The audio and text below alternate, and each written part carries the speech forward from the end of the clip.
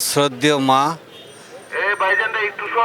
যাকে এদেশের আপামর জনগণ ২০ কোটি মানুষ যাকে নিজের মায়ের মতো সম্মান করে, শ্রদ্ধা করে, আজকে তিনি এবারকার হাসপাতালে শায়িত। ভাষার কিছুই বলার নেই, বুক ভেঙে কান্না আসে।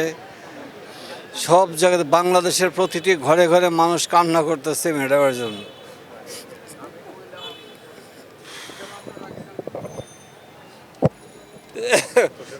তার সঙ্গে কথা বলার অনেক সুযোগ হয়েছে। আল্লাহ রাব্বুল আলামিন আমাদের মাকে আমাদের ফিরিয়ে নিয়ে যাচ্ছে, আর কিছু বলার নেই। আমরা ম্যাডামের জন্য, উনি দেশের গণতন্ত্রকে প্রতিষ্ঠা করার জন্য আপসহীন সংগ্রাম চালিয়েছেন। কোনো দালালদের পাত্তা দেননি। উনি সবসময় বলেছেন এদেশের জনগণ, এদেশের মানুষ যেহেতু আছে, কোথাও যাব না। আমি যদি মরি বাংলাদেশেই মরব, আমার জনগণের মাঝেই মরব।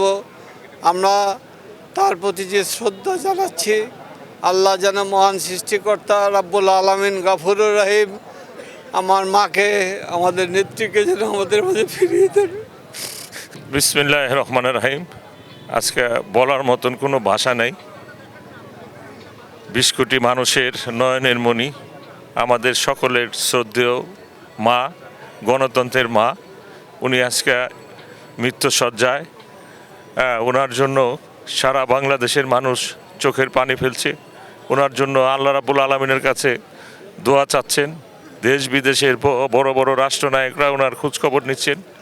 তাই আমরা এই রাত্রে এখানে দাঁড়িয়ে কলম রাব্বুল আলামিনের কাছে দোয়া করছি, আল্লাহ যেন আমাদের প্রিয় নেত্রী, দেশ নেত্রী বেগম খালেদা জিয়ার হায়াত দারাজ করেন, নেক হায়াত দান করেন।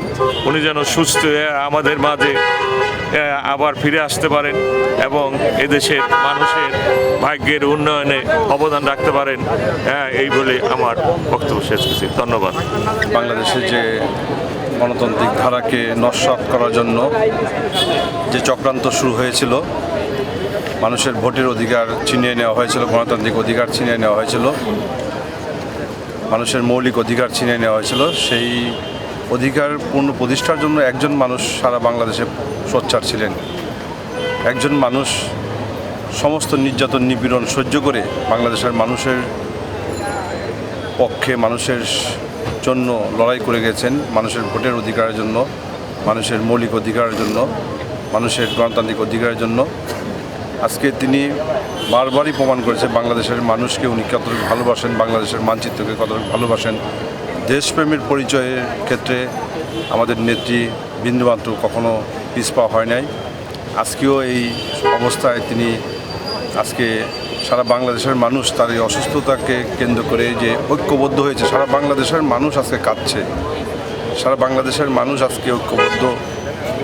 সেটা জাতীয়তাবাদী দলের বাইরেও রাজনীতি, বিভিন্ন রাজনৈতিক দল, বিভিন্ন পেশাজীবী, বিভিন্ন বুদ্ধিজীবী, লেখক, খেলোয়াড়, ক্রীড়াবিদ, সাংবাদিক থেকে শুরু করে বিভিন্ন রাষ্ট্রপ্রধানরা পৃথিবীর বিভিন্ন জায়গা থেকে এই যে স্বীকৃতি, একটা সময় বিগত সরকার তাকে চেয়েছিল নাজেহাল করতে, তাকে বিভিন্নভাবে ব্যর্থতা দিয়ে তাকে রাজনীতি থেকে বিতাড়িত করার জন্য, কিন্তু আল্লাহর অশেষ রহমতে, আল্লাহর অশেষ ইচ্ছায় কিন্তু আজকে তিনি কিন্তু সম্মানের সর্বোচ্চ উত্তম জায়গায় উনি আছেন।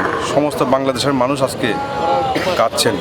আমরা জাতীয়তাবাদী দলের যারা কর্মী, আমরা তার সহযোদ্ধা, আমরা গর্ব করি যে এমন একজন নেত্রীর জন্য জীবনের মূল্যবান সময় আমরা ব্যয় করেছি। আমরা যখন একেবারে বুঝতে শুরু করেছি তখন থেকেই কিন্তু আমরা এই নেত্রীকে দেখেছি এবং তার কথা এবং কাজে কখনো অমিল দেখিনি। তিনি নীতির সাথে, আদর্শের সাথে কখনো আপোষ করেননি। আজকে এই একটা নেত্রীর জন্য আমার জীবনে প্রায় ৩৫ বছর রাজনীতির জীবনে আমি মনে করি যে আমি সার্থক, যে এমন একজন মানুষের জন্য, এমন একটা দলের জন্য আমি কাজ করেছি। সে দল আজকে দেশের স্বার্থের কথা বলে, দেশের মানচিত্রের কথা বলে, দেশের মানুষের কথা বলে। আজকে এই মানুষটার আজকে আমাদের শয্যাশায়ী অবস্থা আছে। আমিও একজন কর্মী হিসেবে আপনাদের কাছে দোয়া চাচ্ছি। সারা বাংলাদেশে যেভাবে দোয়া হচ্ছে, প্রতিটা ঘরে ঘরে দোয়া হচ্ছে, মা বোনরা দোয়া করছে, আমরা প্রতিটা দোয়া করব।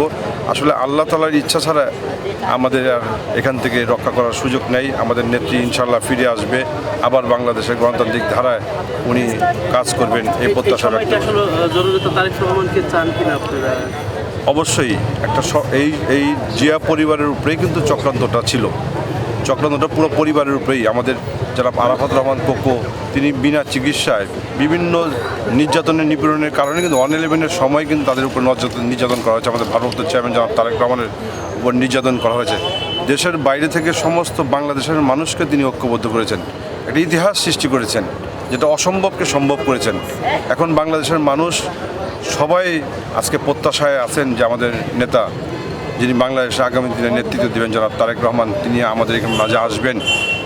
এখনও অনেক ধরনের চক্রান্ত চলছে, ষড়যন্ত্র চলছে, তাকে তার এই আগামী দিনে যেন বাংলাদেশের নেতৃত্ব না দিতে পারেন, তিনি যেন বাংলাদেশে না আসতে পারেন, তিনি কিন্তু ভিন্ন চক্রান্ত করছে। আমরা সোচ্চার আছি, জাতীয়তাবাদের নেতা কর্মীরা সোচ্চার আছে, বাংলাদেশের মানুষ চাচ্ছে যে তিনি আসবেন।